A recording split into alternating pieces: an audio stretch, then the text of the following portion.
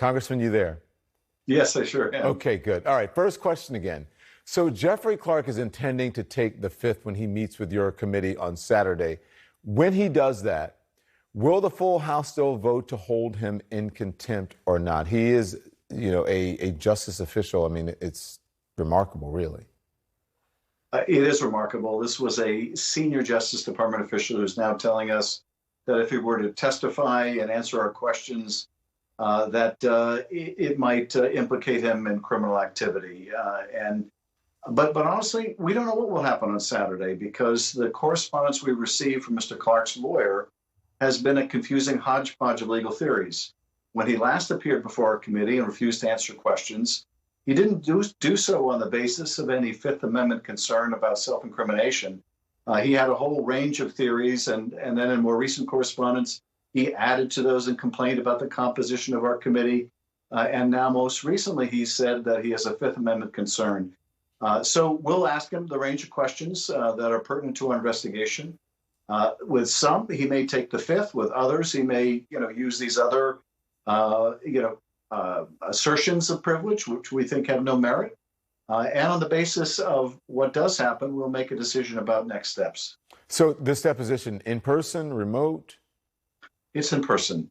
There'll be an opportunity for members to participate remotely as well, but it will be in person. Okay.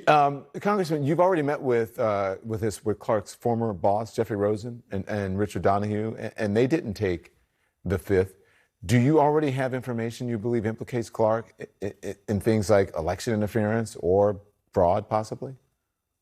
Well, I don't want to comment on that, Don, for the reason that I don't want to give Mr. Clark any false reason on his part to claim the fifth, and so I don't want to speculate about that. But I will say that the witnesses you mentioned, who were his seniors at the Justice Department, have testified openly before the Senate. We're not confirming, I think, witnesses before our committee, but they did both testify. Neither claimed any kind of executive privilege. So the idea that a more junior person at the Justice Department would have an executive privilege claim, where the more seniors did not, is, I think, pretty ludicrous. But we will have to see what assertions he makes with respect to what questions. One thing I can tell you is that the Fifth Amendment does not permit him to refuse to answer questions merely because he wants to cover up for Donald Trump. He has to feel that his own activities and answering questions about them would expose him to potential prosecution. Yeah. Look, there's so many names in it: Donahue, Rosen, Bannon, Clark. But I had to look and say, wait a minute, who am I talking about? Mark Meadows, expected to appear for a deposition next week. He says that he's going to honor Trump's executive privilege claims. Will you accept any effort that he makes a claim of executive privilege if he does that? Well, we have reserved judgment. We have essentially not acknowledged any claim of privilege because the holder of that privilege is predominantly Joe Biden, who has said he's not asserting privilege. And what's more, even if there were a privilege that could be asserted by a former president to be preferred over the current president, which I think will never be the case, but even if it were, that privilege gives way when there is a compelling public need, as indeed it did during Watergate.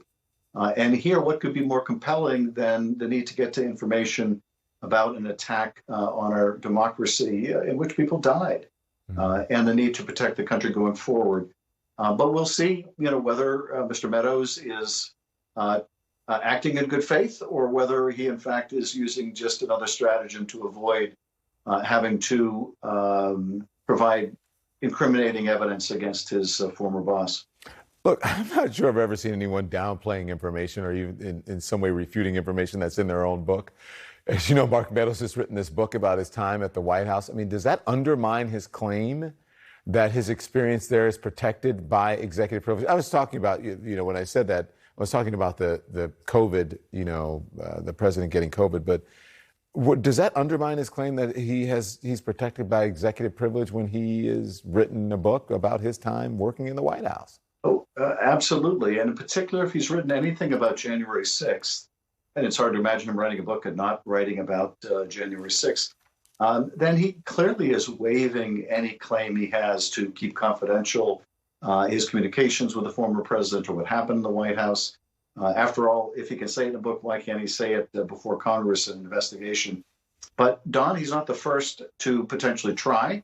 You might remember John Bolton refused to testify in the House because he wanted to save it for his book. And only after he realized that his book might not see the light of day because the Trump White House was trying to refuse to certify that it wasn't classified, did he offer to testify before the Senate, I think in the hopes that that would pierce the executive branch's ability to suppress his book. Yeah.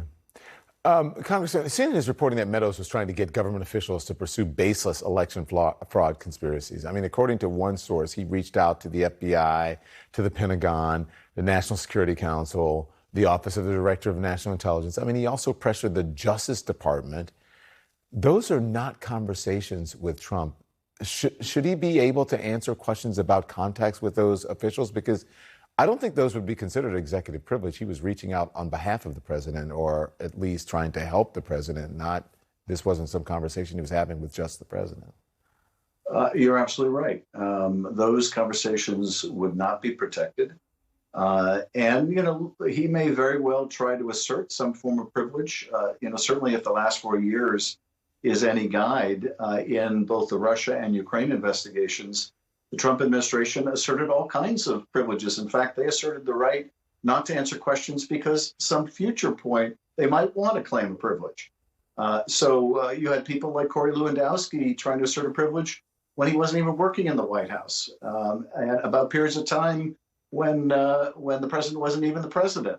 And so they are no strangers to making completely baseless claims of privilege. We will evaluate what Meadows does. Is he really cooperating, or is he merely trying a new stratagem to avoid having to answer questions? And then we'll make a decision about what should follow. Yeah. Second time's a charm. We got it all in. Thank you, Congressman. I appreciate it. Thank you. You take care. You be well.